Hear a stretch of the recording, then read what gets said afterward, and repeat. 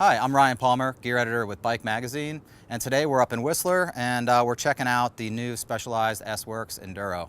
The new Enduro is, it's got a little bit more travel. This is the 29-inch version, which is also 650 plus. There is no 27 plus spec with the new Enduros. You can get it as a 29er or 650B. It has 165 millimeters in the back, so they've bumped it up a bit with a 160 fork.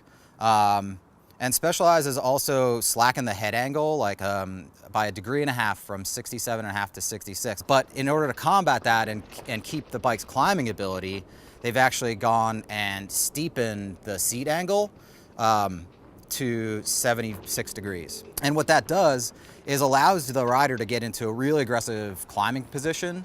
And it makes this bike just fire up climbs. It's amazing. With a bike that has this much travel with these big wheels, it's insane how planted the front end stays on climbs. Like, you can just rally up the climbs. It's amazing. I think it climbs almost as well as the Stumpy or the Camber. They've added the SWAT door on the down tube, so just like the Stump Jumper that was released last year, you can open up that chamber and you can throw snacks, you can throw tools. It's Specialized SWAT idea, which is essentially taking the weight off your body and kind of putting it in the bike and storing it in useful, kind of clever ways.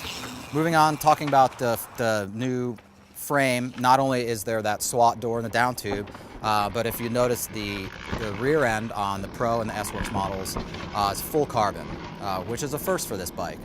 If you look down there towards the crank, you'll notice that's a threaded bottom bracket. It's really cool to see one of the biggest brands on the land going back to BSA, threaded bottom brackets. That's rad. Another really cool feature that Specialized has done with the Enduro here, which mechanics are gonna love, is that every single pivot bearing is the exact same size. Doesn't matter where it's at on the bike, it's gonna be the same size. So you can just buy a bunch of one size bearing and you're good to go. They've changed the cable routing a bit.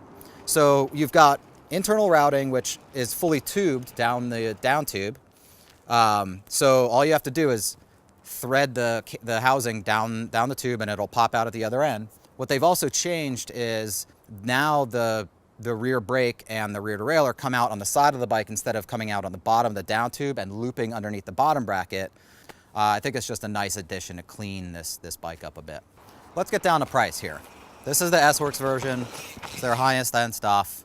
And it's $8,500 for a bike that has XX1 Eagle, custom suspension, full carbon hoops. It's actually a pretty good deal. But I mean, let's face it, if you're spending $8,500 on a bike, you don't really need a deal, do you?